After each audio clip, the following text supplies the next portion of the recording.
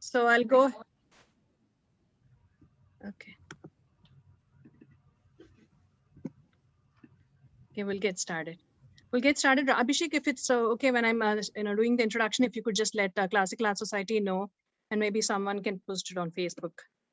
That will post this recording later. Okay, we'll get started. Namaskaram and a warm welcome to all the Vidwans and Vidushis who participated in Sangeeta Mela and made this festival a grand success. Extremely happy to have you all as part of this chat. I am Lakshmi Srivat, Secretary of Classical Art Society of Houston, and I have with me Abhishek Balakrishnan, Board Member of Classical Art Society. We will be hosting this chat. And with us, we have Vidwans Mailai Karthikeyan, Vidwan Madhusudan Kalaichelvan, Vidwan Abhilash Giri Prasad, and Vidwan Kalai Magan, Vidushi Bharati Thirumagan, Vidushis Anahita and Apurva, Vidushi Aishwarya Shankar, and Vidushi Ananya Ashok. Due to other conflicts, Vidwan Aditya Prakash and Vidwan Bharat Narayanan could not join us for this chat. So I'll briefly explain the format of this chat for the artists and for the benefit of the audience as well. First round, we're just going to go one artist at a time, and we're going to ask you to give us a very brief background about yourself, when you started learning this art form, and who your gurus are, what your interest is or area of expertise within this art form is, etc. And then after that, round two, Abhishek and I will take turns, and with one artist at a time, we're going to ask you a set of interesting questions. We would request the answers to be brief, brisk, and rapid. It's kind of like a rapid fire question that you might have witnessed in some of the programs. So that's pretty much it is. And so we'll get started with that. In no particular order, I think I would request the artist to go ahead and give us a brief background for about 1 to 2 minutes about yourself. Maybe we can start with, I think on my screen, I have Anahita Apurva on the top. Namaste. We're really happy to be part of this little chat. It's lovely to see so many of our colleagues here.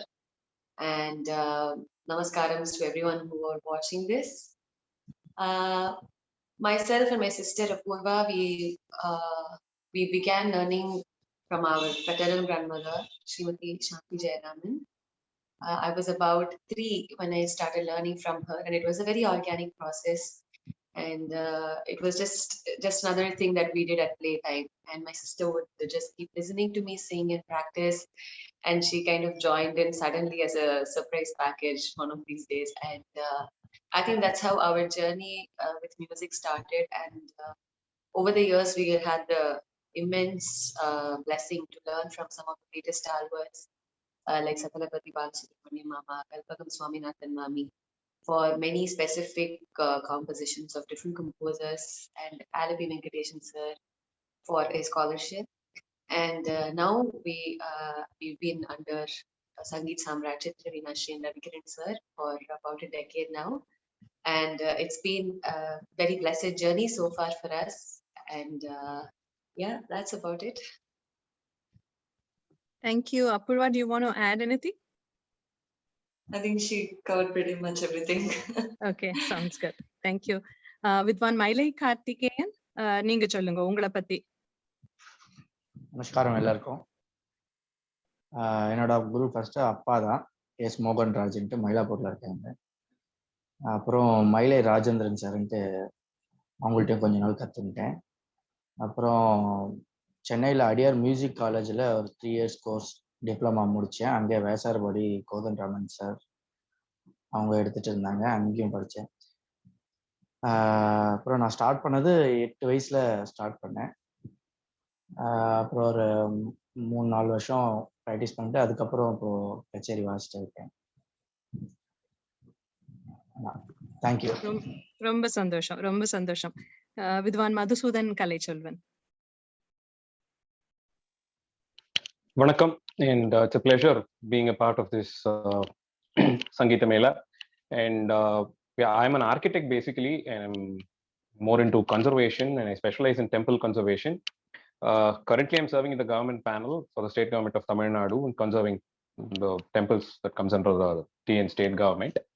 My interest in temples started with our holidays predominantly being temple visits, and as an extension into architecture and all other allied forms of arts that are associated with temples. So architecture, sculptures, iconography, sacred literature, Tevaram, Tiruvasakam, and the Nalayar Divya Prabandham, other theater art forms that are presented in temples as a part of the ritual, epigraphy, and more. So I don't have a guru in per se, but it's more through various different sources, reading and learning, and pretty much, yeah. Excellent. Thank you. Vidwan Kalaimagan and Amma Vidushi Bharati Thirumagan. Namaste, ma'am. Good morning to all my Indian friends and good evening to all those people who are watching from the US. Such a pleasure to be a part of this Sangeeta Mela and the chat participate with my mother. Very pleasurable moment. Introducing myself, I'm Kalaimagan. I started learning music at the age of 5 from Mrs. Nagamani Nagaraju. I had my initial training from her, and over the period of time, I had the fortune of learning from great gurus from Carnatic music. And telling about my Villupata learning, I'm the grandson of Villupata exponent Padma Shri Kalaimamani coming here, Subbu Aramugam, and there's my mother, Kalaimamani Bharati Thirumagan, Villupata artist.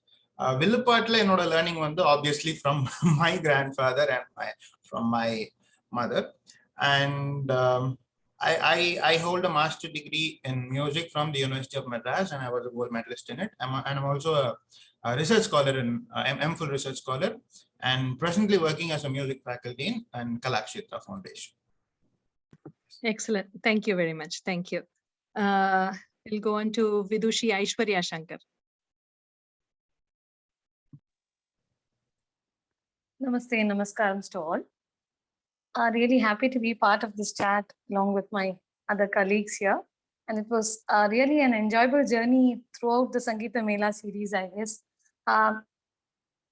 We usually don't get to hear each other if it is live or something, but I think, yeah, in this series, we all had time to enjoy each other's performance. And I started learning music from the age of 4. From Kolkata, Srimati Indira Ranganathan. I was born there and I did my schooling in Kolkata. Then I moved to Chennai for the purpose of music, taking up Carnatic music as my profession. And I further came under Sangeeta Kalacharya Suguna Varadachari Mami for advanced training, and have been continuing to do so for the past 2 decades and more. And it has been an enjoyable journey, my learning process, and I think it will still continue. There is always much more to learn and much more to acquire and share the knowledge with everyone. So yeah. Awesome. Thank you. It's always a lifelong learning process. Yeah, Thank you for that. Thank you. We'll go on to Vidwan Abhilash Giri Prasad. Namaste. Thanks for having me as a part of this chat, and as everyone said, it was a very pleasurable journey with all my co-artists and colleagues in this music chat. My journey in Carnatic music started when I was 4 years old. I started from Srimati J. Rajeshwari Madam, who was the then Vice Principal of the Madras Music Academy's Teachers Training College. And then for the past 1.5 decades, I am with Guru Shri A.S. Murali sir.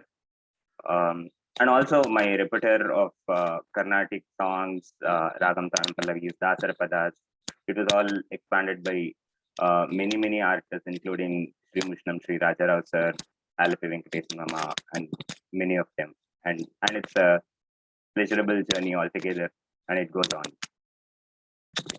Thank you. Thank you very much, Abhilash.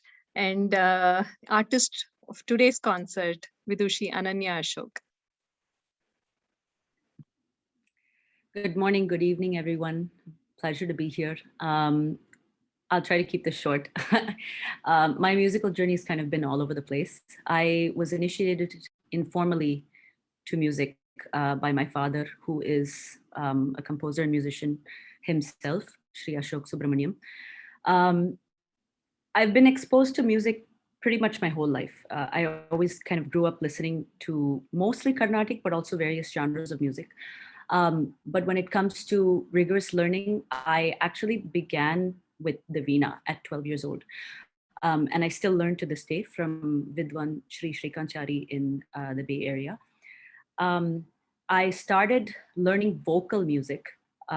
Mind you, I was kind of singing still, I guess, whatever I was learning, but I started only properly learning vocal music when I was 18 from Srimati Anuradha Sridhar, who is a very renowned violinist, daughter of Srimati Brahmanandam, Lalgudi Srimati Brahmanandam. And I was learning from her for 10 years. And then I moved to India and I started learning, and I'm currently under the tutelage of Shri Madurai T.N. Seshagopal. Excellent. Thank you all for that lovely introduction and background about yourself. And so happy to hear that you've all been able to listen to each other's concerts and Sangeeta Mela. And surely it's been a variety feast for us. I think we have such a variety of artists, instrument, duet, Dasarapadas, Swati Tirunal Krutis, and we were really happy to collaborate with many South Indian organizations also here. Villupattu was extremely special, and of course the leg dem was just exhilarating yesterday. I can't speak enough about the opening concert by Sri Maile Karthikeyan. It was amazing on the Nagaswaram. So really fantastic Sangeeta Mela. This is the first time effort for us from Classical Art Society of Houston, and really glad that it came through extremely well, and it was very well received. We got quite a few global Rasikas, I should say, who were very faithful and who are following all our programs now continuously. So we'll go ahead and get started with the rapid fire questions as the next round. So to start off, I think I'll start with the first artist of Sangeeta Mela, Sri Maile Karthikeyan. Sir, உங்களுக்கு questions வந்து நாகஸ்வரம் நீங்க எப்படி choose பண்ணினீங்க? நீங்க உங்க அப்பா கிட்ட கத்துண்டேன்னு சொன்னேன், அதனால ஐ திங்க் வீட்டுல அப்பா வாசிக்கிறத வச்சு அந்த மாதிரி நீங்க கத்துண்டேல. எப்படி உங்களுக்கு நாகஸ்வரம் மேல இன்ட்ரெஸ்ட் வந்தது? இதுதான் ப்ரொஃபஷனா எடுத்துக்கணும்னு எப்படி தோணித்து?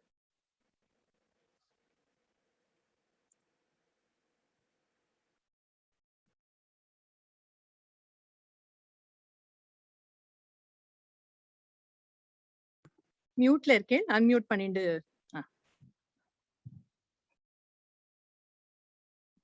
ஹலோ, யா கேக்குது, சொல்லுங்க. சொல்லுங்க. ஏன்னா எனக்கு இப்பதான் கேக்குது நீங்க பேசி. ஓ, ஐம் சோ சாரி. ஓகே, இல்ல நாகஸ்வரம் தான் வந்து ப்ரொஃபஷனா எடுத்துட்டு பர்சியூ பண்ணணும் அப்படின்னு உங்களுக்கு எப்படி தோணிது? நீங்க அப்பா கிட்ட முதல்ல கத்துண்டேன்னு சொன்னேன். சோ ஆத்துல நாகஸ்வரம் வாசிக்கிறத கேட்டு அந்த மாதிரி இன்ட்ரெஸ்ட் வந்ததா? எப்படி உங்களுக்கு இதுதான் என்னோட கரியர்னு ஃபார்ம் பண்ணிக்கணும்னு தோணிது?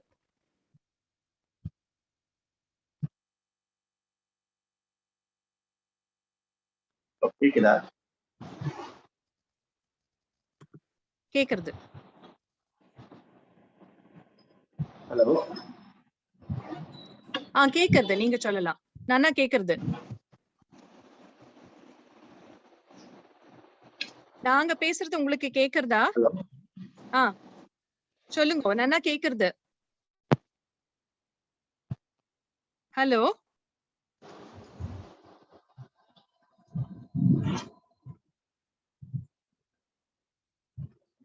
ஹலோ, நீங்க பேசுறது கேக்குறதா? நன்னா கேக்குறது, ரொம்ப நன்னா கேக்குறது. நாங்க பேசுறது கேக்குறதா உங்களுக்கு? லைட்டா தான் கேக்குது. நான் அப்படியே காதாண்ட வச்சு பேசுறேன். சரி, okay, no problem. Question repeat பண்ணணுமா? ஆமா ஆமா. இல்ல, நாகஸ்வரம் தான் வந்து உங்களோட ப்ரொஃபஷன், உங்களோட கரியர்னு நீங்க எப்படி சூஸ் பண்ணீங்க? அப்பா நாதஸ்வரம் வாசிக்கிறாங்க, தாத்தா தவில். எல்லாருமே வீட்டுல எல்லாருமே நாகஸ்வரம் தவில் வாசிக்கிறதுனால அப்புறம் அப்பா கூட போயிட்டு சின்ன வயசுல இருந்து இன்ட்ரெஸ்ட் வந்தது. அதுக்கப்புறம் இதே எடுத்து பண்ணலான்ட்டு எனக்கு ஆர்வம் கூடிச்சு. ஓ, சோ சின்ன வயசுல, ரொம்ப சின்ன வயசுல இருந்தே கூட கூட அப்பாவோட வாசிக்க ஆரம்பிச்சிட்டேன். ஆமா ஆமாமா, கூட போயிட்டு ஃபர்ஸ்ட் தாளம் அப்படியே சுதி பட்டி போட்டுட்டு அப்படியே இருந்தேன். அப்புறமா கூட அப்புறம் அப்பாவை பார்க்க நாகஸ்வரம் வாசிக்கணும்னு ஆரம்பிச்சேன். ஓ, ரொம்ப சந்தோஷம். நீங்க தாளம் போட்டுன்னு சொன்னீங்களா? சோ நீங்க உங்களோட கச்சேரியிலையும் பார்த்தா உங்க கூட நிறைய கூட பக்கவாத்தியம் இருந்தது. அதாவது யூசுவலா ட்ரெடிஷனல் கர்நாடிக் கான்சர்ட்ல பாக்குறத விட கொஞ்சம் ஜாஸ்தி நிறைய பேர் இருந்தா. சோ அது யாரு என்ன ரோல் அவளுக்குன்னு சொல்ல முடியுமா? ஆமா, அந்த 2 நாதஸ்வரம் வாசிப்பாங்க, அப்புறம் 2 தவில், அப்புறம் தாளம் ஆர்டிஸ்ட்னு தனியாவே அந்த தாளம் போடுவாங்க. அது அப்பதுல இருந்தே தனியா போடுவாங்க அது. ம். அதுக்கப்புறம்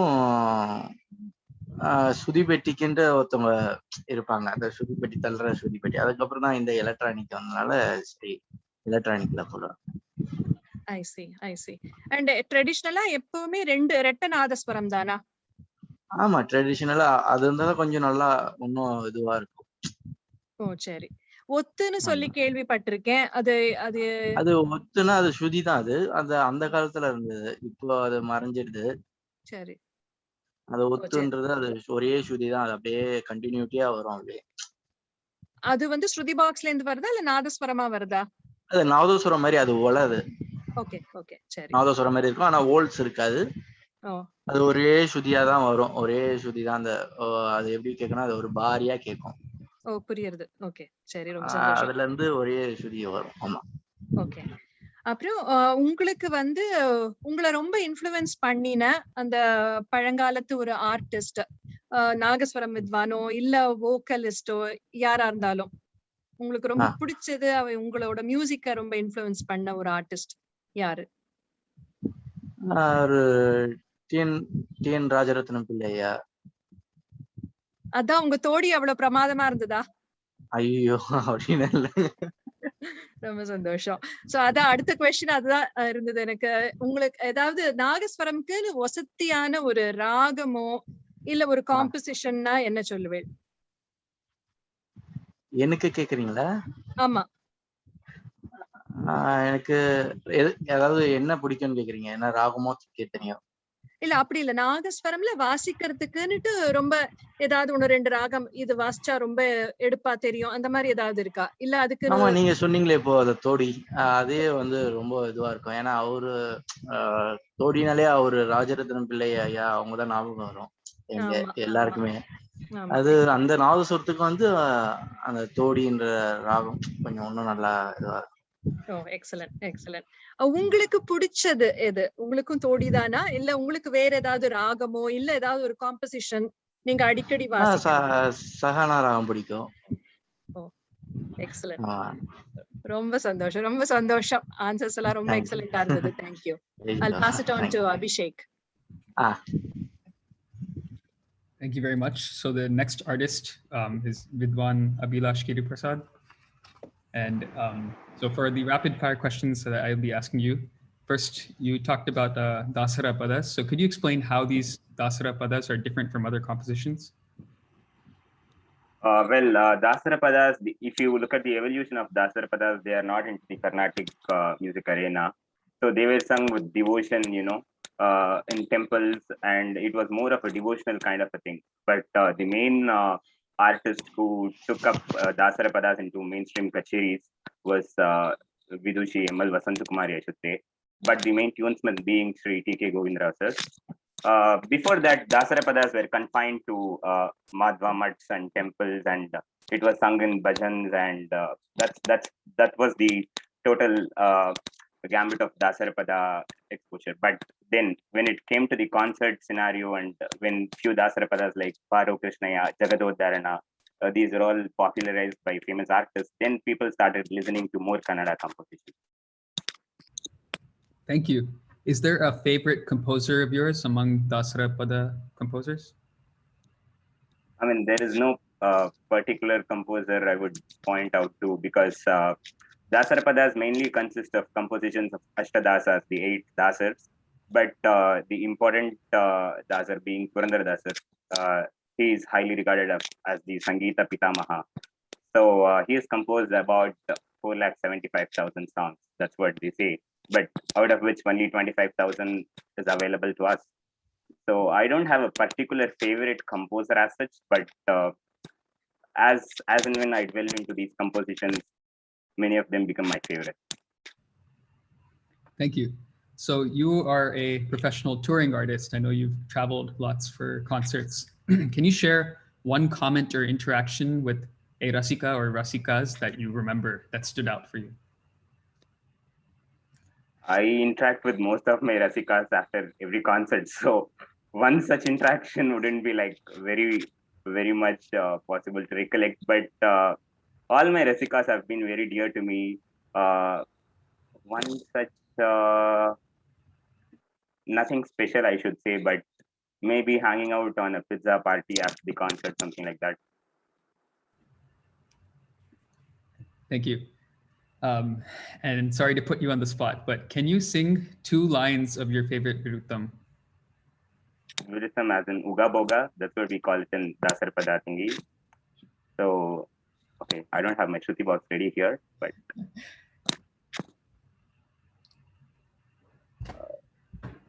sorry.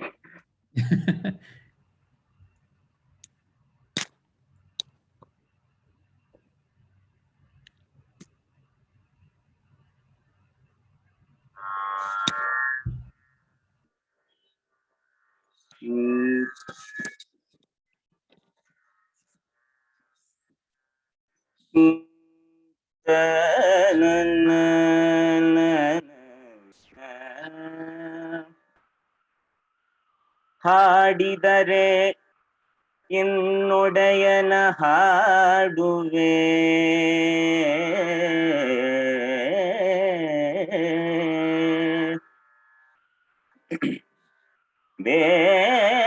ಬೇಡಿದರೆ ಎನ್ನೊಡೆಯನ ಬೇಡುವೆ ಹಾಡಿದರೆ ಎನ್ನೊಡೆಯನ ಹಾಡುವೆ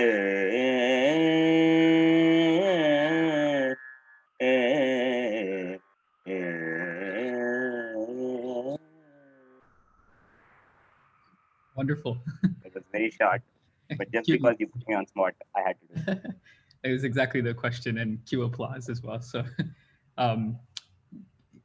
as a musician, we're always posed with this question: what is your favorite raga? And it's very hard to pinpoint to one raga, but I think as musicians, it's usually at one time there's a lot of ragas running in you're in a mood for a particular raga or a few ragas. So, at this moment, what raga? I guess at this Behag moment, I would definitely say it's Behag because just now I sang Behag. So. Okay, great. Similarly, your favorite compositions or compositions that are standing out to you right now? Favorite compositions. We have a standard answer that we have no favorite compositions because all compositions are favorite then and there as we sing it. But there are a few compositions which we actually, when we look into the inner meaning of the compositions, we actually realize a lot about it. One such is what I would say. I mean, as of now, I would say Samudravana Kandu, which I actually performed in the Sangeet Mela concert, which describes the whole Udupi and which gives you a tour of the Udupi and the surrounding places and the darshan of Lord Krishna and all of that. That's one of my all-time favorite compositions, which I enjoy performing on stage. Thank you. And the last question, what are some gems or lessons that you have taken or imbibed from your guru? Some like the most key takeaways that you had in your experiences with your guru? Sure.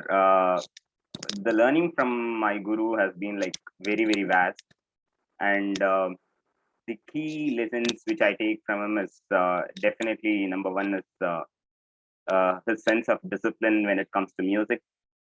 He doesn't compromise on anything, not the practice, not the way we sing the kritis. If there are 16 sangatis and repeat it twice, we have to repeat it twice, all the 16 sangatis together. So that's sort of a discipline when it comes to singing compositions. When it comes to Manodharmam, he usually instructs us to follow whatever has been done by Dayans. So he emphasizes on listening to great stalwarts. He usually emphasizes on listening to pre-1990s music. So when it comes to my other gurus such as Rajarao sir, I should definitely admit that the strong lion sense that he has inculcated in me and the strong bhava or the emphasis to lyrical content in music which he has inculcated in me. So the process is, I mean, the list goes on and on, but these are few key things which we as a student look upon to our gurus. Wonderful answers, and you nailed every single question and responded very well in the rapid fire. Thank you so much. Thank you, Abhilash. Thank you. We'll move on to Vidwan Kalaimagan and Vidushi Bharathi Thirumagan. Amma, உங்களை first கேக்குறேன்னா, முதல்ல சொல்லிட்டு இருந்தேன், சின்ன வயசுல school டேஸ்ல வாரம் வரும்னு நினைக்கிறேன் டிவில வில்லு பாட்டு கேட்டு அதை கேட்டுதான் நான் வளர்ந்திருக்கேன். So it was such a pleasure listening. அது உங்களோட voice really truly mesmerising voice, very unique and அப்படி it just completely stand out. உங்க அப்பாக்கும் உங்களுக்கும் இருக்கிற அந்த இன்ட்ராக்ஷன் பாக்குறதுக்கே அவ்வளவு நல்லா இருக்கும். ஸோ அந்த கொஸ்டின் உங்களை கேக்குறது அதான், எப்படி உங்க அப்பா தான் வந்து முதல்ல வில்லு பாட்டு வித்வானா உங்க ஃபேமிலியில இருந்தாரா? எப்படி அவருக்கு அதுல இன்ட்ரெஸ்ட் வந்து அதை எப்படி அவர் பர்சியூ பண்ணினாரு? அதுக்கப்புறமா நீங்க எல்லாருமே அந்த வழியிலேயே வந்திருக்கீங்க, அதை கொஞ்சம் விளக்கி சொல்லுங்க. முதல்ல நம்ம இந்த நிகழ்ச்சியை பார்த்துட்டு இருக்க எல்லாருக்கும் என்னுடைய நமஸ்காரத்தை தெரிவிச்சுக்கிறேன். இந்த வில்லிசை கலையினுடைய மிகப்பெரிய முன்னேற்றத்துக்கு முதல் காரணமாக நாங்க சொல்றது நம்ம எல்லாரும் வணங்குற காஞ்சி மகாபிரியவர் பரமாச்சாரியாருடைய அனுகிரகம் தான் காரணம். இது 1000 ஆண்டுகளுக்கு முன்னால இருந்த கலை, அப்புறம் அதை யாரும் எடுக்கல. கலைவாணர்னு நீங்க எல்லாரும் பார்த்திருப்பீங்க, சினிமால நடித்த மிகப்பெரிய சிரிப்பு நடிகர், சிந்தனையாளர். அவருக்கு திரைப்படத்துல இருந்து ஒரு பிரேக் வந்தப்போ அவர் என்ன செய்யணும்னு நினைச்சப்போ, அப்பா வந்து அவர் கம்பெனியில இருந்து வளர்ந்ததுனால வில்லுப்பாட்டை பண்ணலாமேன்னு சொன்னப்போ, அப்பா காந்தி மகான் கதையை எழுதி கொடுத்து கலைவாணர் பண்ணார் ஒரு 3-4 வருஷம். அதுக்கப்புறம் அவருடைய மறைவுக்கு அப்புறம் தந்தையார் வந்து சினிமாக்கும் எழுதிட்டு வில்லுப்பாட்டும் பண்ணிட்டு இருந்தாங்க. 1964 தான் தெய்வத்தின் குரலாக மகாபெரியவர் இதை நீ கோவில்லையும் நடத்தணும், தேசத்துக்காகவும் நடத்தணும் அப்படின்னு ஒரு அழகான பாதையை வகுத்து கொடுத்தது காஞ்சி மகாபெரியவர் தான். அதனாலதான் உங்களுக்கு இந்த கலையில எப்பேற்பட்ட பெருமைகள் கிடைச்சிருக்குன்னு கேட்டீங்கன்னா, முன்னாள் ஜனாதிபதி நம்முடைய அப்துல் கலாம் ஐயா அவர்கள் முன்னாடி இந்த வில்லிசை நடந்திருக்குன்னா எவ்வளவு பெரிய விசேஷம். அவருடைய பாடலை அடியன் இசையமைத்து, நீங்கெல்லாம் சொன்ன மாதிரி பிளஸ் பண்ண மாதிரி அடியன் இசையமைத்து என் மகன் கலைமகன் பாடுறான்னா, 3 தலைமுறையும் தாண்டி காலத்தை வென்றிருக்கக்கூடிய இந்த எளிய கலை பார்ப்பதற்கு ரொம்ப சிம்பிளா இருக்கும், ஆனா ரொம்ப ஆழமா இருக்கும். பார்ப்பதற்கு ரொம்ப எளிமையா இருக்கும், அதுக்குள்ள இதயம் இருக்கும். அப்பேற்பட்ட ஒரு கலையினுடைய ஆத்மா என்னன்னு கேட்டீங்கன்னா, எல்லாருக்கும் புரியணும் அப்படிங்கறதா.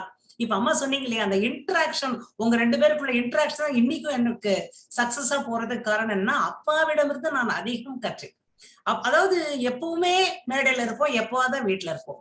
அந்த மாதிரிதான் எங்களுடைய வாழ்க்கை அமைந்தது. வில்லுப்பாட்டுக்காக டெடிகேட் பண்ண வாழ்க்கை. மகாபெரியவர் முன்னாடி ஒரு 300 முறைக்கு மேல பண்ணியிருக்கோம். ஆக தேசியமும் தெய்வீகமும் இணைந்த கலையா இருக்கிறதுனாலதான் நீங்க கூட தேசிய பாடல் ஒண்ணு பாடணும்னு சொல்லும் போது தற்செயலாவும் பொருந்தி அர்த்தமாவும் பொருந்துச்சு. காரணம் என்னன்னா, இந்த வில்லுப்பாட்டு தேசியம் தெய்வீகம் ரெண்டுத்தையும் பாடக்கூடிய கலை. இதுல இன்னொரு பெரிய விஷயம், வில்லுப்பாட்டோட வளர்ச்சி எப்படி இருக்குன்னா, தெற்கத்திய நாட்டுல, அதாவது நம்ம தென்னிந்தியாலதான் நிறைய பேர் இதை பண்ணிட்டு இருந்தாங்க. குறிப்பா சாத்தனார் கதை, நீலி கதை அப்படிதான் பண்ணிட்டு இருப்பாங்க. அப்பாவுடைய பீரியடுக்கு அப்புறம் அடியன் உள்ள வந்து சென்னை தொலைக்காட்சி வந்ததுக்கு அப்புறம் அப்படியே வளர்ந்து எதையாவது பாடணுமா, இப்போ கிளாசிக்கல் ஆர்ட் சொசைட்டி ஆஃப் குஸ்டா பத்தி ஒரு வில்லுப்பாட்டு பண்ணணுமா அப்படின்னா இருக்கிற ஒரே ஃபார்மேட் இந்த வில்லுப்பாட்டு தான். இதை உடனே அந்த ஹிஸ்டரியை எழுதி அழகா நாங்க பாடி, ஆக அதை ஒரு டாக்குமெண்டா கொடுக்குற அளவுக்கு வில்லுப்பாட்டுடைய பேஸ் வந்து எழுத்து திறமை, அடுத்த பேஸ் நகைச்சுவை, அடுத்த பேஸ் இயல் இசை நாடகம்.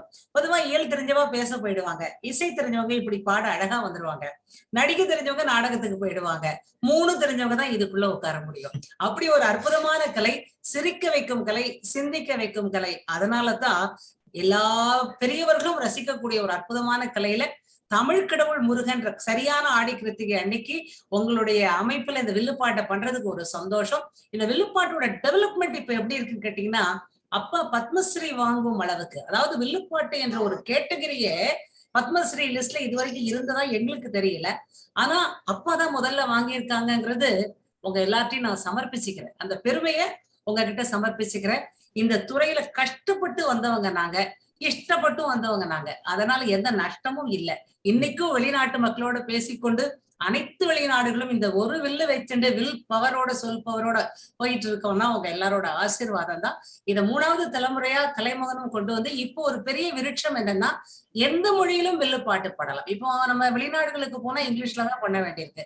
சோ அப்ப நாங்க இங்கிலீஷ்லயும் வில்லு பாட்டு பண்ணி, தமிழ்லயும் பண்ணி, நம்ம இந்தியாவுக்குள்ள பெங்காலுக்கு போகும்போது பெங்கால்ல பண்ணி, மலையாளத்துல பண்ணி, இந்த மாதிரி விஷயங்களை நாங்க வளர்க்கறதுனால வில்லு பாட்டும் வளருது, எல்லாரும் வளர்றோம், நாமளும் வளர்றோம், மேல இருந்து பெரியவரோட ஆசீர்வாதமும் நமக்கு கேக்குது.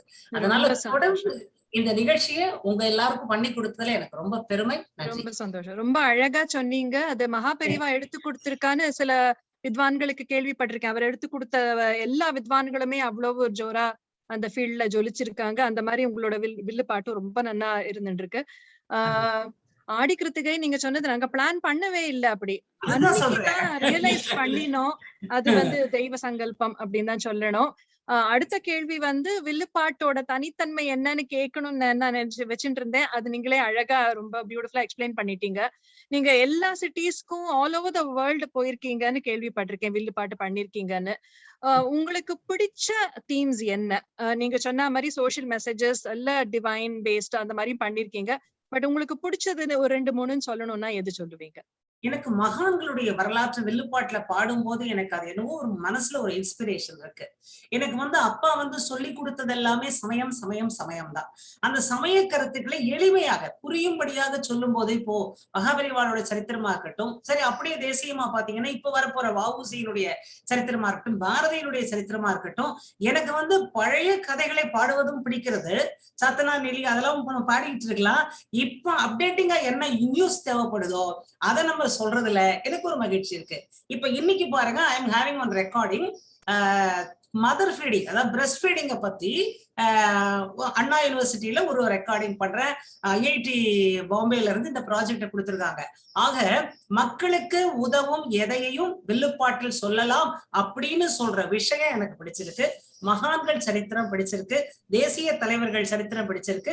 நம்ம மன் கி பாத்ல பிரதமர் சொன்ன மாதிரி கதை சொல்லும் கலைகள் வழியாக அத்தனை ராமாயணம் மகாபாரதம் அதை சொல்லிக்கிட்டே தான் இருக்கும். அது ஏன்னா வில்லுனாலே ராமனும் இருப்பார், கண்ணனும் இருப்பார். ஏன்னா கண்ணன் கீதையை சொல்லும் போது கேட்டது வில்லும் அர்ஜுனனும் தான். அதனால வில்லுக்கு ராமனுக்கும் கண்ணனுக்கும் சம்பந்தம் உண்டுங்கிறதுனால ராமாயணம் மகாபாரதம் இதை வில்லுப்பாட்டில் சொல்கிறோம். குறிப்பாக வில்லுப்பாட்டில் பகவத்கீதையை சொல்கிறோம். இது அனைத்தும் எனக்கு பிடித்தவையாக இருக்கிறது. ரொம்ப அற்புதமா சொன்னீங்க. ரொம்ப அந்த மாதிரி காம்ப்ளிகேட்டட் காம்ப்ளெக்ஸ் ஸ்டோரிஸ் அந்த தீம்ஸ் எல்லாம் கூட எல்லாருக்கும் போய் சொல்ற மாதிரி சொல்லக்கூடிய ஒரு ஆர்ட் ஃபார்ம் இல்லையா? ரொம்ப சந்தோஷம். அவர் கலைமகன் கேட்கலான்னு நினைக்கிறேன்னா, I know that you're very well trained in classical Carnatic music as well. So how do you balance both art forms, Villupattu on one side and Carnatic music? That's a very interesting question. Actually, I started with Carnatic music only at the age of 5. Then I had the experience, I would say it as a blessing. I had the experience of sitting with my grandfather on stage from the age of 8. அவங்க பண்ண எல்லா கச்சேரியிலும் உட்கார்ந்த போது my role was like sing just one song. That was my role. But over the period of time when I started learning both the art forms, I found வில்லுப்பாட்டு is ரொம்ப ரொம்ப பிடிக்க ஆரம்பிச்சு. Obviously வில்லுப்பாட்டு ஃபேமிலியில இருக்கு, but still அதை வந்து ஒரு we have to pursue வில்லுப்பாட்டு also. And as you all know, Tata is the one and only international figure who has taken வில்லுப்பாட்டு to global standards, from rural to urban and then to global standards கொண்டு போனது தாத்தா தான். So I just wanted to, I ensured that I have to take it up as a career.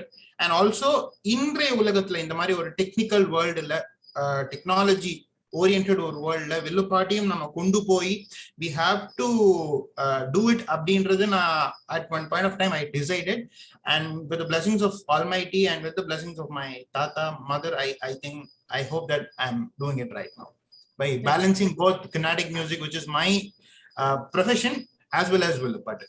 Not an easy job. Thank you. Yeah, excellent. Very well said.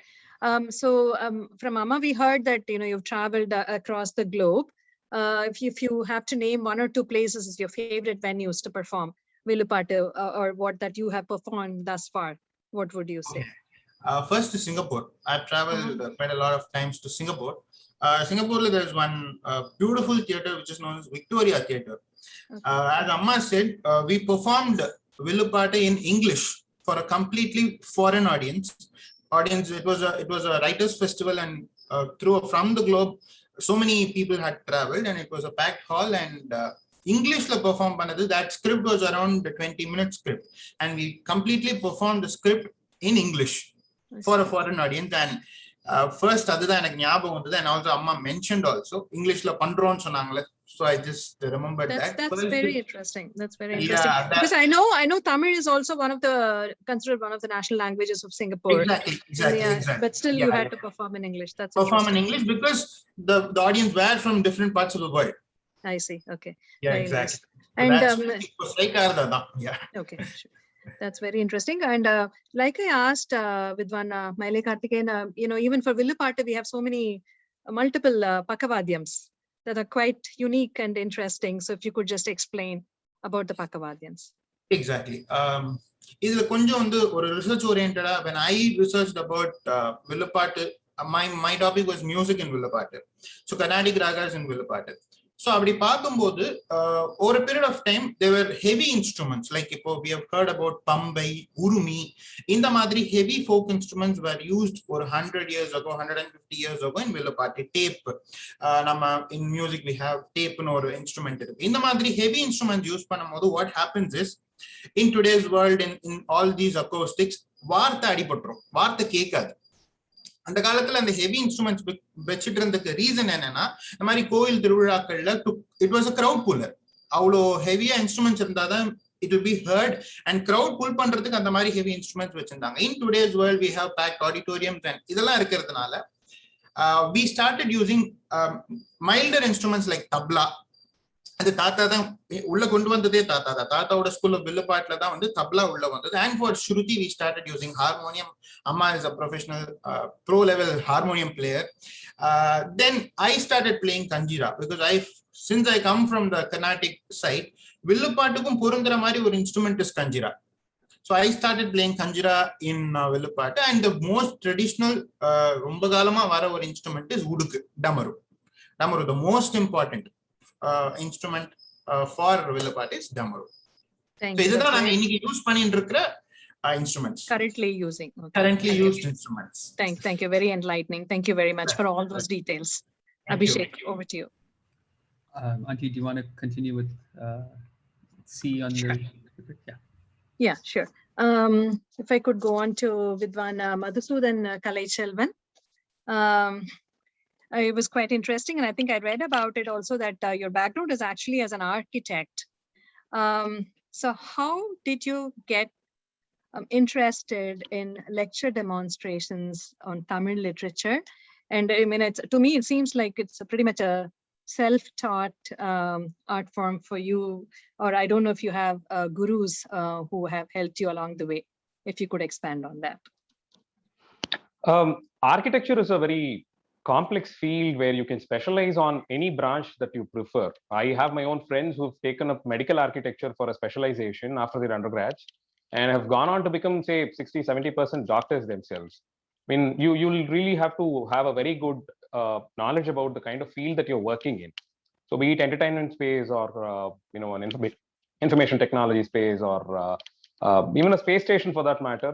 So any field that you choose to specialize, you will have to have an in-depth knowledge on the theory and the basics of that field that you're working on. So when I took up conservation for a profession, and for my research also, and temples being my area of interest, the focus was more on all allied art forms that are associated with temples for a holistic understanding of a space that you are working in, be it the Sthala Puranam or the Puranic and the Itihasa traditions of the temple, or the sacred literature part, or the actual technical history of evolution of that temple, the people who've contributed during various different phases of historic growth, and of course, so இது எல்லாம் சேர்ந்து வரும்போது தான் you get a holistic appreciation. You get to appreciate it better, knowing at least a little of all of this. And performing arts as a part of temple rituals, temple festivals, music, dance, instruments, theater. So அதுல ஒரு basic introductionல இருந்து ஆரம்பிச்சதுதான். Tamil, yeah, that's been there throughout. Tata சங்க இலக்கிய நூல்களுக்கு commentary எல்லாம் எழுதினவர். So maybe அங்கேருந்து வந்திருக்கலாம், but I haven't met him per se. I've just read his books. And அதுக்கப்புறம் interest in Tamil, it just happened, and getting introduced to various authors. I mean, முதல்லயே சொன்ன மாதிரி I don't have a guru per se. So people whom I meet and interact, I just treat them as my guru, and I feel there is something to learn from everybody, good or bad. And அந்த மாதிரி பார்த்தோம்னா maybe Guru Paramparai starts from Sadasiva himself and continues, and yeah, self-taught and learning from everybody whom I meet. Very nice. Even in terms of Tamil, then your academic qualifications are all in architecture. Is that right? You are not, you don't have any degree or anything in Tamil, because your Tamil is just unbelievably good. It's just such a delight to listen to your lecture. Thanks for that. But yeah, as you said, I don't have any professional degree in any of the fields that I'm working currently. Nothing that I've chosen for a profession. I have an accredited degree from any university per se. That is My just amazing. UG, PG, and my PhD is all from architecture. That is just amazing. I don't think anybody would say that if they have listened to your lectures. Just really such pure and beautiful Tamil, and you explained all the verses so well. So that was going to be my next question.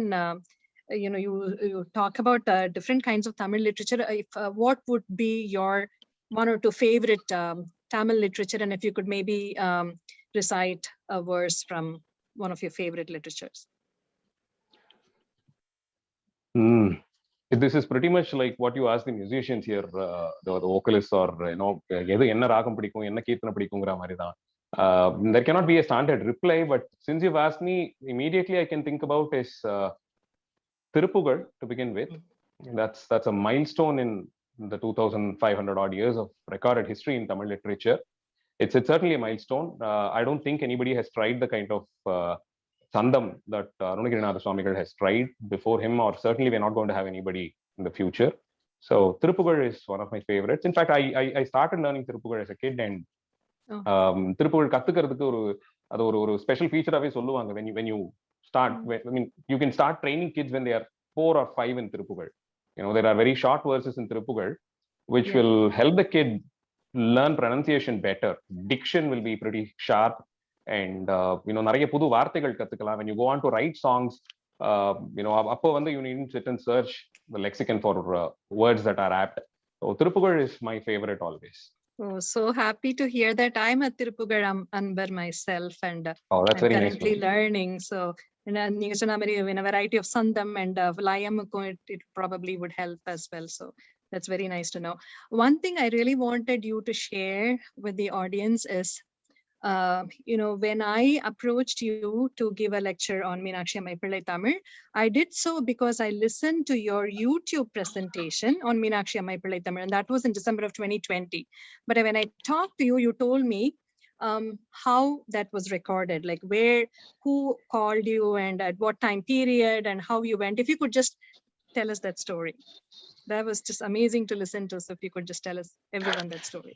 I am initiated into Saiva Siddhantam through Dharmapuram Adinam, and I'm a disciple of the current Acharya of Dharmapuram Adinam.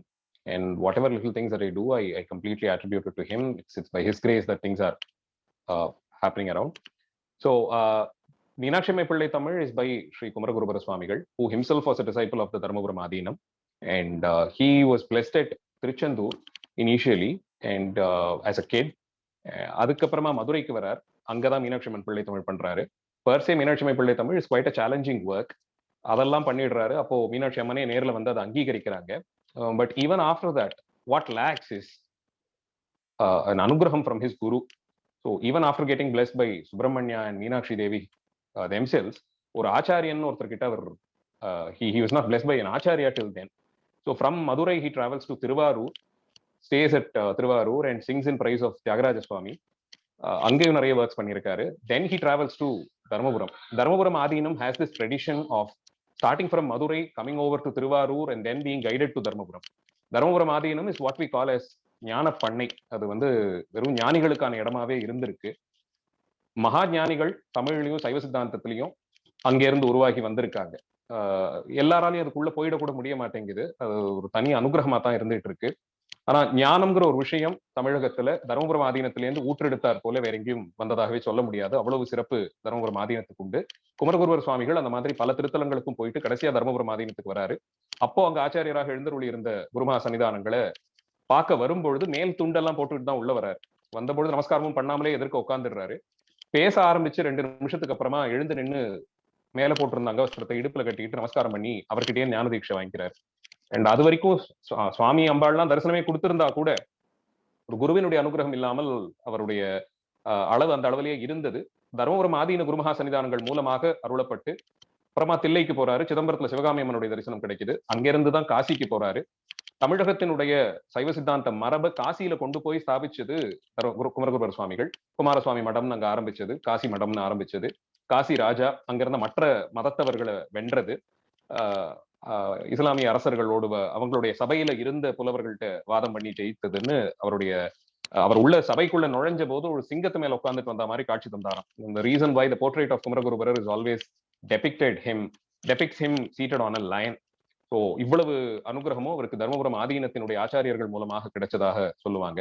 அவ்வளவு பரிசுகளையும் பெற்று திரும்பி வந்து இங்க ஆச்சாரியர்கிட்ட கொடுக்குறாரு. அவர் இதை வச்சு நீ வடக்க தமிழும் சைவமும் வளர்க்கணும்னு சொல்லி அவரை தனியா ஒரு மடமாக திருப்பனந்தாள் காசி மடம் அப்படிங்கிற பேர்ல ஒரு மடமா ஸ்தாபிக்க சொல்லி வளர்த்து கொண்டு வந்திருக்காங்க. இந்த ஒர்க்கை வந்து நவராத்திரி அப்போ சென்னையில இருக்கிற தர்மபுரம் ஆதீன நிலையத்துல பேச சொல்லி சன்னிதானத்துக்கிட்டே இருந்து உத்தரவா இருந்தது. நவராத்திரி டைம்ல ஜென்ரலா I don't accept any programmes. அந்த 10 நாள் வெறும் பூஜைக்குன்னு இருக்கிற டைம். பட் இந்த முறை அது ஆச்சாரியர்கிட்ட இருந்தே ஒரு உத்தரவா வந்ததுனால no scope to say no. அதனால வீட்லயும் பூஜை, சாயங்காலத்துல கச்சேரி இருக்கும். அதை முடிச்சுக்கிட்டு உடனே அங்க டி நகர் போயிட்டு வந்துட்டு இப்படி இருந்தது. ஒரு 3 நாள்ல இதனுடைய சாரத்தை சொல்ற மாதிரி ஒரு அமைப்பு. தருமபுரம் ஆதீனத்துல அபிராமியம் பதிகம், அபிராமி அந்தாதியை பண்ணுவாங்க. ஏன்னா திருக்கடையூர் தருமபுரம் ஆதீனத்தினுடைய கோயில். அதனால அபிராமி அந்தாதி ஒரு 3 நாள், சகலகலாவல்லி மாலையும் இங்க இருந்து வந்தது, அது ஒரு 3 நாள், குமரகுருவருடைய மீனாட்சிமை பிள்ளை தமிழ் ஒரு 3 நாள்னு 9 நாள் வைப்பாங்க. அதுல இந்த 3 நாள் சொல்ற மாதிரி ஒரு வாய்ப்பு கிடைச்சது. அது ரெக்கார்ட் ஆயிருந்தது. அதை பார்த்துட்டு தான் நீங்க கேட்டுட்டு கால் பண்ணியிருந்தீங்கன்னு நினைக்கிறேன். Yeah, ரொம்ப சந்தோஷம். I mean, it was just so special to listen to that because I think you had recorded it, probably you performed in October or November of 2020, and I happened to listen to it in December because I was participating in something and I had to pick a very special phrase from a Chitrilakyam. And as many of you may know, there are like 96 Chitrilakyam. I was completely lost. I just barely had 5 days to pick the phrase, and then I looked through YouTube, and of course Meenakshi is very special to us, so that's how I landed on that. And so very quickly, I think from October, November to December, we connected, and that just made me want to bring this to the Houston Tamilians here, because Goddess Meenakshi is so special to us. I said, and I thought they should definitely know about this fantastic literary work and should hear it from you. So that's how that happened. So thank you very much for sharing that information. Houston மீனாட்சிக்கும் தனியா ஒரு பிள்ளை தமிழ் இருக்கு. அது சமீப காலத்துல வந்த literature தான். அதுவும் ரொம்ப அழகாவே இருக்கு. அதுவும் படிச்சிட்டு இருக்கோம். ஒரு வாய்ப்பு கிடைக்கும் போது அதுவும் பண்ணணும். கரெக்ட். அதுவும் கேட்கலான்னு டெஃபினட்டா I think we are very much interested. தெரியல, எனக்கு கோயில இருந்த ஒரு குருக்கள் அவரே பண்ணியிருக்காருங்கிற மாதிரி கேள்விப்பட்டேன். I'm not 100% sure. I couldn't find the actual literary work. இல்ல இருக்கு, அது ஃபுல்லா கிடைச்சிருக்கு. ரொம்ப அழகா இருக்குது. கிடைச்சதுன்னா நீங்க பண்ணணும். If you could share it with us, I think some people have been asking for that. That would be நிச்சயமா. ரொம்ப சந்தோஷம். Thank you. Abhishek, over to you. Thank you so much. So the next artist will be Vidushi Aishwarya Shankar. So I guess you've had some time to be prepared in case you're put on the spot. So and some examples to follow, but I'll go easy. So first question to you, your favorite yesteryear artist who has influenced your music? See, it has changed over the time. That's what I would say, because as you grow through the journey of your learning, your favorites, your understanding of the music, or the understanding of the music of the yesteryear Vidwans also changes. So it has been changing over the period of time, but nevertheless, there have been, evergreen Vidwans who have always influenced, I think, many of us in the Carnatic field. So all the yesteryear Vidwans for that matter, my own Paramaguru Musri Subramaniakar, Shemagudi Mama, KVN Mama. I think for everyone, all these musicians have been a point of inspiration at some point of time. So again, doyens like D.K. Pattamal and of course MS Subbulakshmi, everyone. I think there's something to learn from all of them because they've all been successful with their own plus and with their own dedication to the art form. Thank you. Like I asked Vidwan Abhilash earlier, what are some of the, your most major takeaways from your guru, or your, as Lakshmi Aunty puts the word, pearls that you've imbibed from your guru? The first thing which comes to my mind is in my process of learning from Suguna Vardachari Mami, she's always told this to us that each and every performance, irrespective of where you're singing or for whom you're singing, it is a examination. To put it in her own words, she would say, "Enga vaadiyar solluvar, ella kacheriyum or pariksha dhaan. அந்த பரீட்சையில அன்னைக்கு pass பண்ணி அன்னைக்கு mark போடுறது ஒவ்வொரு வாட்டியும் தனிதான்." So இன்னைக்கு கச்சேரி நன்னா போய் நன்னா பாஸ் பண்ணியாச்சுன்னா அடுத்த கச்சேரியும் நான் பாஸ் பண்ணிடுவேன் அப்படிங்கிறது கிடையாது. So each and every concert, each and every performance, you have to treat it as an exam and you have to be self-interrogating yourself and try to achieve the best. So that's the first thing which comes to my mind when you ask this question. And of course, many other things to have been there to imbibe from her. And I've been very fortunate and lucky enough to share, to be on the stage with her in a lot of concerts. So eva eppadi handle pannuva, eppadi vanda, how she handles the changes which happen on the last moment sometimes. I think we all as artists face last moment changes, and we have scenarios which accompany us before the concert and after the concert. So how to handle them with the right outlook and be patient and calm and do your best. I loved especially the first lesson that you said. It's really a reminder that we should focus on the moment, and today is a new day. And because it's that day's performance. Yeah, she always says that you can never take it for granted. That's wonderful. What other supplemental knowledge should one have to enhance their Carnatic singing and experience beyond just like the musical aspect, or going to class? And what are other things that you do to enhance your overall experience with Carnatic music? See, right now I'm doing my research in music. So Carnatic music, if you want to, look at it as a whole, it involves a lot of things. It's actually highly time demanding, I would say. A lifetime is not enough, as everyone says. But listening to a lot of good music, your inquisitiveness to learn more and more new compositions and to enrich your repertoire, and also going back to the history of the evolvement of the ragas or the treatises which are available now. Luckily, we all are accessible to a lot of recordings and a lot of books which are available now for us to go and see and to understand how the scenario has been before, how it has changed, how it is now, and you kind of try to acquire a wholesome approach and a wholesome understanding of the entire system. Thank you. A few more questions. So there's a lot of people who learn Carnatic music or any art form, but there's very few who take it to the next level or who really invest into it.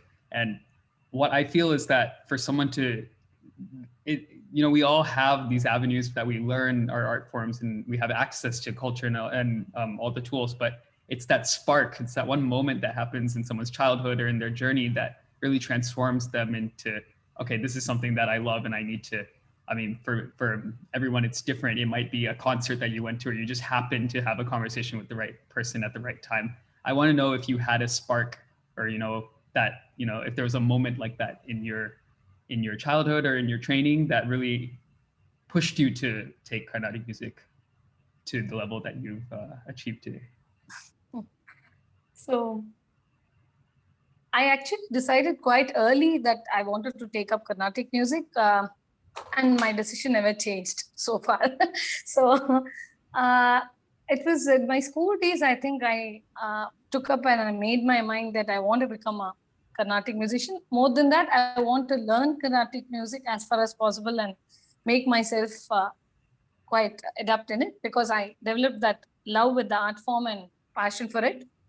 And a spark moment.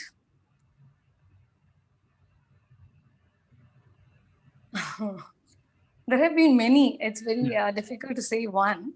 But actually, I was in Kolkata, as I told you before. I did my schooling there. So there you don't have, I had a Carnatic music scenario, but it was not that big as it is available in Chennai.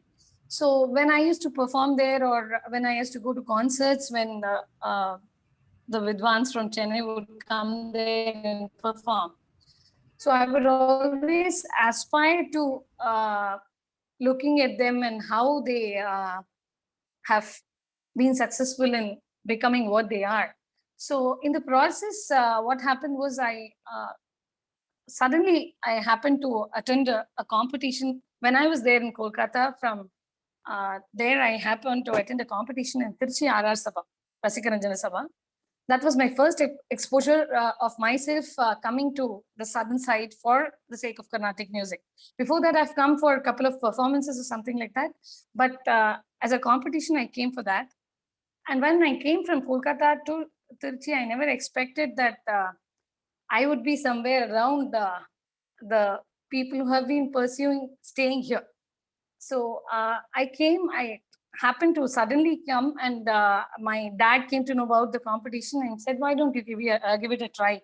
It will be a process of learning. So I just enrolled myself, and I happened to win the title also. So that actually kind of gave me a self-confidence that my decision was probably right, and I should come to Chennai for further enrichment of my knowledge in this field. Sorry to interrupt. So, Aishwarya, was that when you won Sangeeta Shri, like participating in 20 Sangeeta odd? Shri, Okay. yeah, Sangeeta Shri was the senior category. I was talking about the junior category of the same organization. They had a LV Memorial Award, so which also had a lot of sections. But I participated in it when I was 11, I guess. Yeah. So. Wonderful. Thank you so much for sharing that. You said you've been interested from a young age, but there's always those like little moments that you're going steady, and then suddenly it spikes your interest or your progress, and it's so nice to hear that. Just last question for you. Your favorite venue to perform, or favorite kacheri experience that you've that you've had. You want to speak? You want me to speak about my kacheri experience overall? No, just like a particular favorite venue or kacheri that you've had. Okay. As I told, performing everywhere has been special and quite enjoyable. But one performance was very special to me because I guess at the age of 22. I had been invited by the Chinmaya Mission organization in Bombay, and I went there to represent. I was selected from the Carnatic music art form, and there were many other art forms who performed. That was very special because that ambience itself was so dear. It was a nature filled with the birds chirping around you. I was just under the shade of a tree sitting to perform. And all that really, it would make anyone love the theme and the performance plays.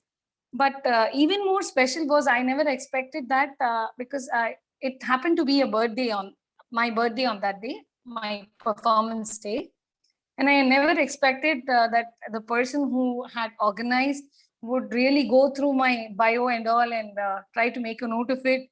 And finally, after my performance, she announced it there, and the whole audience together gathered to wish me my birthday in a Sanskrit song, Janmadinamidam, which is sung in all the Chinmaya missions across, I guess. So that was really special and very a moment which I cannot forget in my life. So that was special about that performance. Thank you so much. And it was so nice to hear all these anecdotes from your experience. Thank you. Thank you. I'll move on to Anahita and Apurva. Thank you for patiently waiting. I have a few questions for Anahita and then a few for Apurva. So for Anahita, I want to ask, what do you think are the pros and cons of singing duet when compared to solo? I have listened to you both singing solo, I think mostly like in competitions, but for the most part, when you perform, I think you perform together. Why do you do so? What do you think are the pluses and maybe if there are any disadvantages?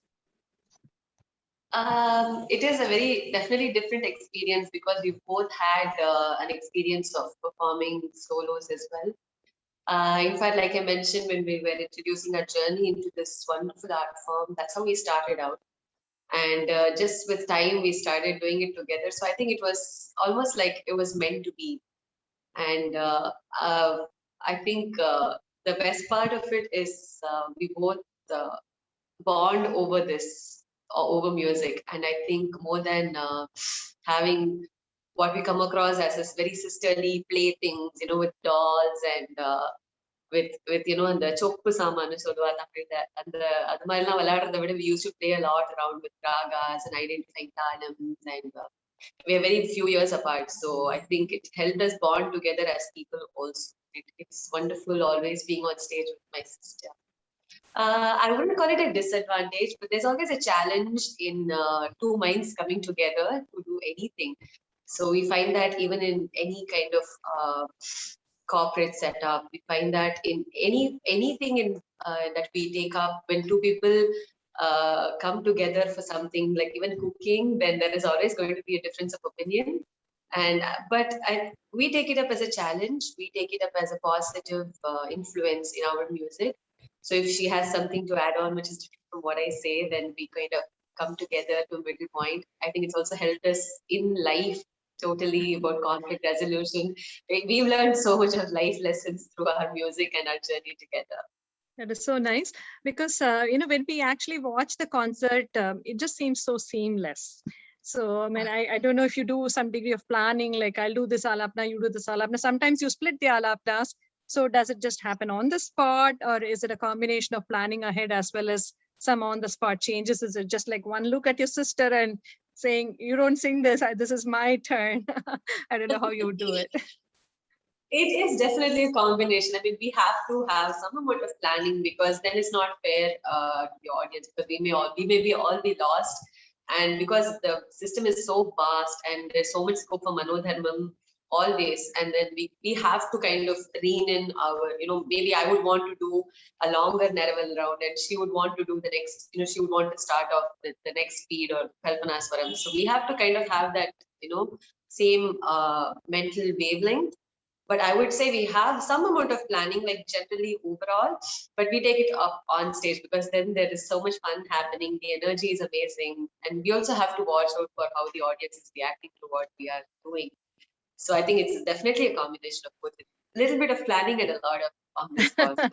That's very nice. That's very nice. And I know that you also play Chitraveena, because I think you've done some Chitraveena concerts as well. So how do you balance the two?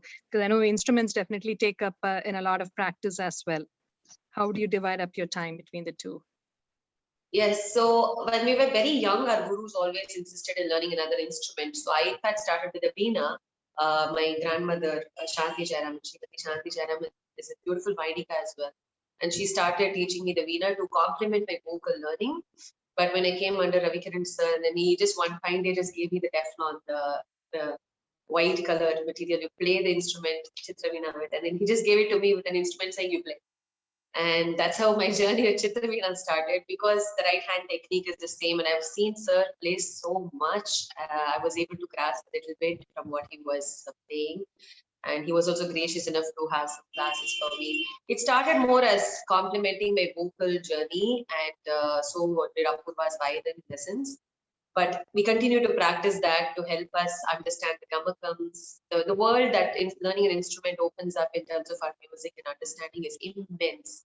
And we tell our students also to always attempt to learn an instrument, at least to some extent of complementing their vocal training. So very nice to know. I know, between vocal and Chitraveena, I think a lot of time is devoted to music. If you had not pursued music, what would be your alternate career? Wow.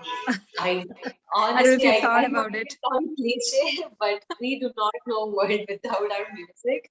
We were very young when it started. When it all started, we were super young, and we didn't know what music meant, and that's when we started learning the art.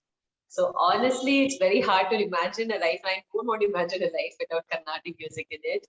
And I'm very, very blessed. I should say I'm very honored that I feel I'm really fortunate to be able to learn at least so much, of whatever I'm able to learn in our system, because it is truly, I believe that it is definitely something to do with the divine intervention that we all had the opportunity to at least associate ourselves with music. So no, I do not even want to imagine it.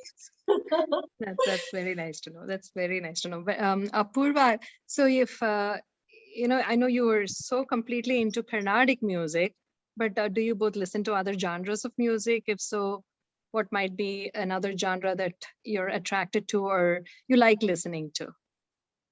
We really enjoy listening to Western classical, the Bach, Mozart, and we enjoy the symphonies, the violin solos, and we listen to a lot of it. And of course, several other genres, maybe Hindustani as well. We look up to a lot of, legends in the Hindustani field. And we really like to listen to various genres. So as a Western classical music interest, did that come, was that influenced by your guru, Sri Chitraveena Ravikiran? I know he's done like Mel Harmony performances. Yes. Yeah. So we have had the good fortune of, seeing him, watching him tune many compositions and, adapt many Carnatic compositions to the Western, to suit the Western style and notations. And we took interest in that, maybe even after watching him do so much to the Western field as well.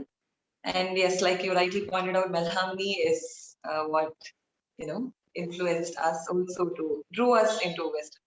That's very nice. And I know that, Sangeet Samrat Chitraveena Ravikiran is a great composer as well, and I've listened to you both present some of his compositions. So sorry to put you on the spot. Would you sing maybe a couple of lines of one of your guru's compositions? Anything that might be your favorite? Sure.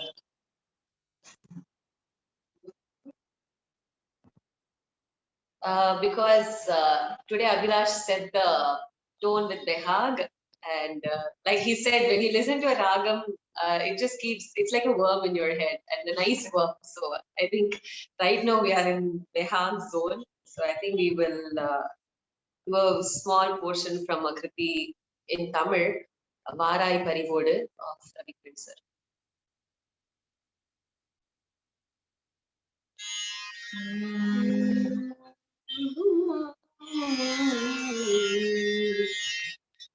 Varai parivodu, varai kanivodu, sirai punarandakarai.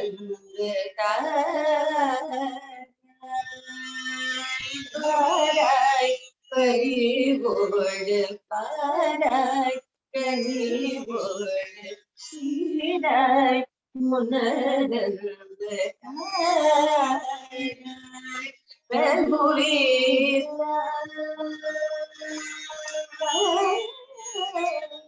Raghuvira Jagadeka Shudha Ayodhya Kumara Yemudani Pora Udanvarai Parivodu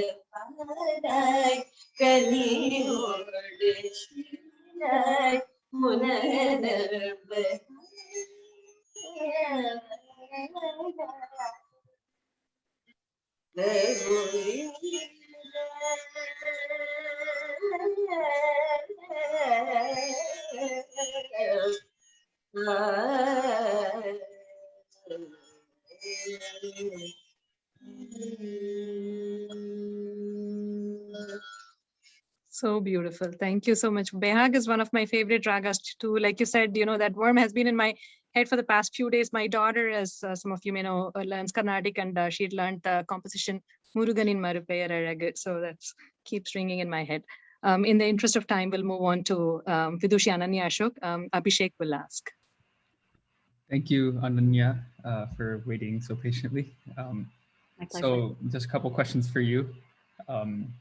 So sometimes this classic question is posed to people if they're stranded on an island and they can only pick 3 things, what would they pick to survive? So I'm gonna make it musical.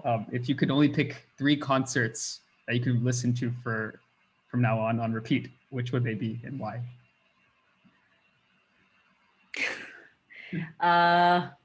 It's interesting. I've actually thought about this low key.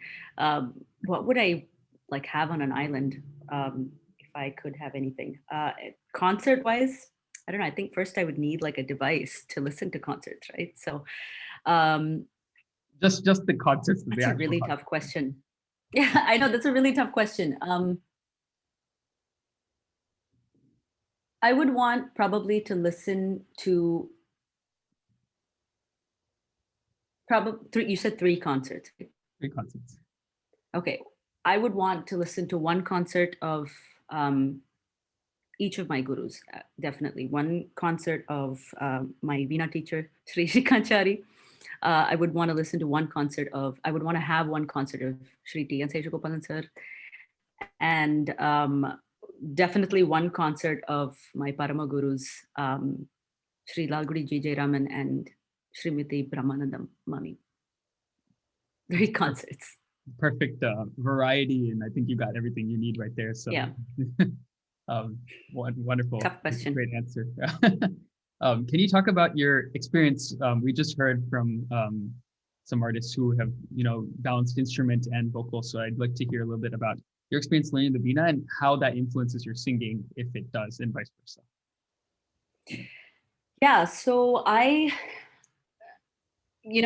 Anahita was saying, she started learning the Veena, and then, she used it to kind of complement vocal. That was pretty much the same intention. Although when I started with Veena, I think my parents were just trying to get me to have some discipline in my life.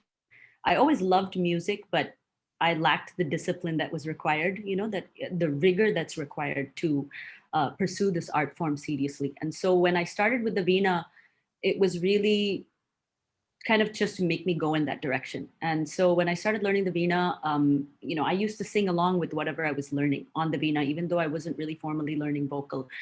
And then once I started learning vocal, and I really started kind of taking off with that, learning Manodharmam and all, everything kind of just complemented each other. Either I would get an idea, one fine day on the Veena, and then I would try to replicate that on vocal, or vice versa.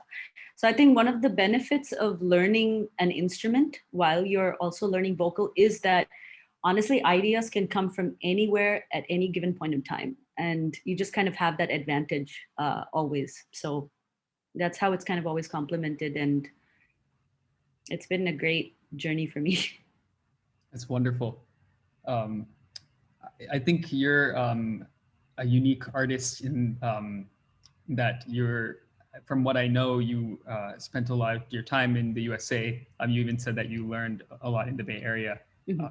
I don't know if you're necessarily, even born and brought up in the USA, but regardless of that, it is something that a lot of people in the USA take pride in, having an artist who is, brought up in the USA and taking this art form to the level that you are pursuing it at today. I'd love to know how you balance your time between USA and India.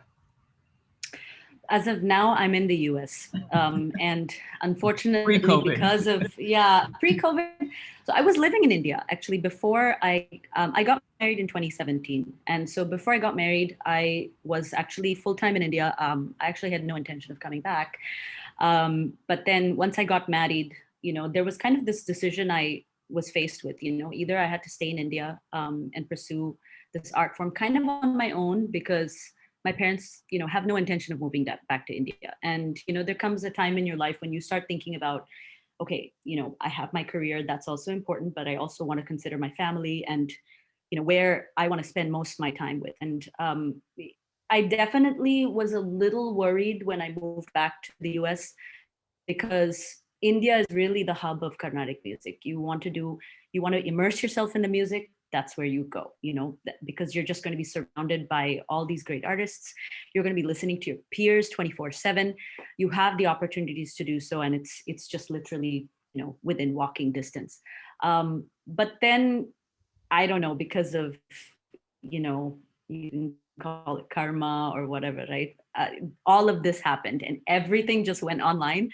And boy, did, that just take the internet by storm. I feel like the world was just spammed with so many things at once. And luckily, there was a great kind of spam when it came to Carnatic music and concert access, and so suddenly you had access to pretty much anything, and I mean, any and every artist that you ever wanted to listen to live. So, and then that also created opportunities for all of these artists to present their work from the comfort of their own home.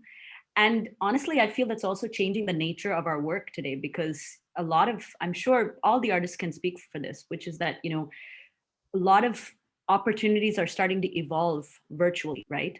So you have people sending recordings online, via email, via Google Drive, sending recordings to be made into albums, or you're sending, live concerts to different organizations to stream on their platforms. So balancing now, given the fact that we are in this pandemic and we are living through these times, going forward, I don't know how it's going to be, but I would imagine that it's going to be a pretty seamless process to be able to manage being in India and in the US, and still being able to reach the audience that you want to reach, irrespective of where you are. So I don't know. I hope that answered your question. Yeah, that's a really good take on it. It's really inspiring to hear. And so going off of this US and India, so favorite place in the USA that you've performed at? Well, right now I'm in Kansas, so I'm going to say my favorite place is Kansas. Great. Unexpected answer. And yes, favorite place? Happy to be here.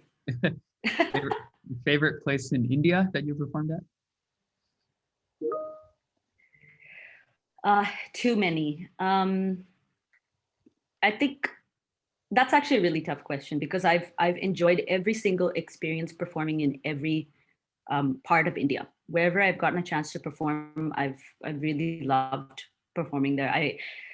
Prior to going to India, honestly, I'd never been to half the places except Chennai, because I mean, whenever I used to visit my family, I would always visit them in Chennai. But then once I started performing, I really got the opportunities to go to, Andhra, Kerala, all of the places in the north. So I think every experience has been special for me, because every concert across India has been an opportunity for me to explore that state, explore the culture of that region. So it's a very special thing to perform in any place in India, honestly. Great. And last but not least, like we've put some of the people on the spot, can you please sing 2 lines of your favorite Vrittam in any ragam? Favorite Vrittam? Gosh, you're asking really difficult questions. There's so many. That's what I'm here to do.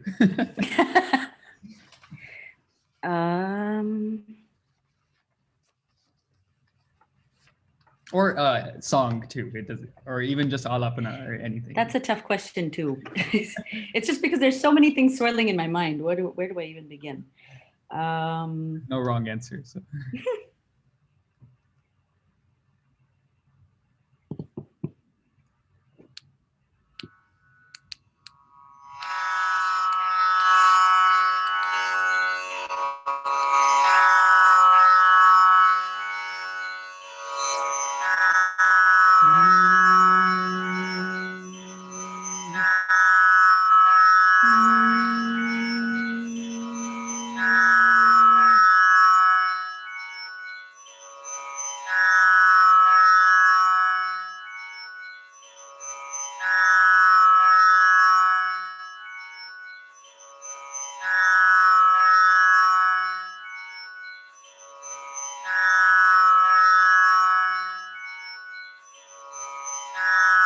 Guru Brahma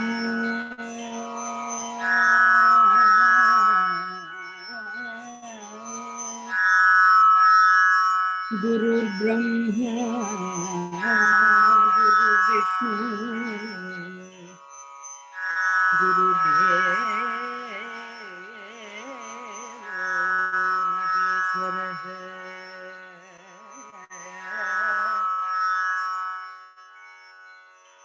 Guru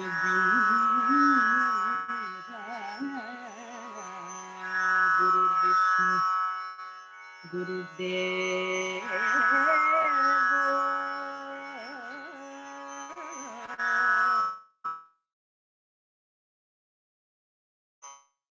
Guru Sakshat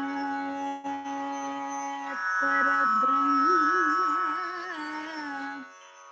Guru Sakshat Parabrahma Tasmai Shri Gurave Namaha Guru Sakshat Parabrahma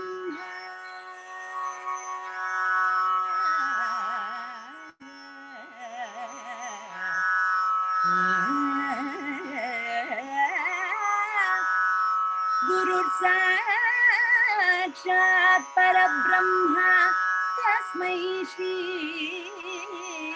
Gurave Namaha Tasmai Shri Gurave Namaha Tasmai Shri Gurave Namaha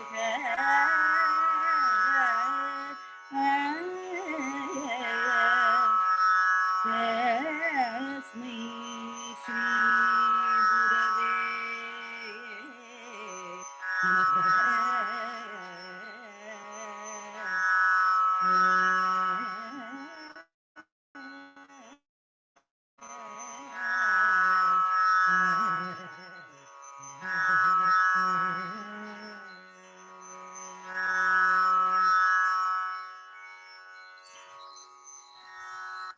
In honor Thank of you all so our much. Thank you so much for singing that. Shankarabharanam is such a peaceful ragam to me, and I think it's such an apt choice for concluding this conversation. Thank you everyone for taking your time to participate in this rapid fire Q&A, for agreeing to be put on the spot for some of these questions, and sharing your experiences and sharing anecdotes from your past, and even sharing your music with us. We are privileged to be able to interact with artists of all of you are making waves in the field, and it's so nice for us to be able to have a personal conversation with you all. I also wanted to comment on it's really nice to see the diversity of the group that we have here, representing Carnatic music, but also other fields and interests, and everyone comes from such different backgrounds. And one of the things that I really liked to hear was Vidushi Aishwarya Shankar at the beginning talking about how she took the time to hear everyone else's concerts. It was one question I meant to ask you, but I forgot. But I think that's one of the nicest things when you have artists who listen to each other, encourage each other, and everyone referring to each other as colleagues. Again, very heartwarming thing to hear here. So this entire Sangeeta Mela series is the brainchild of Lakshmi Srivatsanti here. And so we're very grateful for her. She put in a lot of effort in sourcing such a beautiful variety of concerts. I always, whenever I'm describing Carnatic music, I say that South Indian culture and the music mirrors like the food that we eat. Yala Sapada platter has so much diversity on it, and in the same way, it's nice that we're able to bring this kind of diversity through the music and the different art forms that are featured. So thank you so much to Lakshmi Aunty for putting on this entire thing and for organizing this. So once again, thank you to all the Sangeeta Mela artists for your concerts. They were all very well received by our global audiences, and thank you to our Rasikas for tuning in to this. This is the first time that we put on the Sangeeta Mela festival. We hope to do it again in future years. And just as for everyone who's listening, we do have another festival coming up in the fall, which is our Houston Yuva Kala Utsav. So Sangeeta Mela is featuring, like the rising or, established, I'd say, stars in Carnatic music, and similarly haiku, as we call it, which was conceived last year also by Lakshmi Aunty. Here is a festival that features, upcoming talents in North America, younger students of music who are, given their writing grade terms, are starting to perform. And so we invite you all to support the artists who will be performing for the Haiku Festival this year, and stay tuned for more programming by Classical Art Society. I'd also like to hand it to Lakshmi Aunty in case you had any final. Yeah, thank you, all. I mean, you didn't have to mention. I mean, the idea might have been mine, but we completely worked as a team. Otherwise, I don't think we could have made this possible. But I just want to extend my sincere thanks to all the artists. I think your music has truly given us bliss over the past 4 weekends. So a sincere thanks to all of you for presenting such high quality music. All of us thoroughly enjoyed it. So I want to close this session by praying to Goddess Meenakshi that she should shower her blessings on each and every one of you. So you, continue to grow in your career and get more and more laurels along the way. Thank you all. Good night and good morning. Thank you.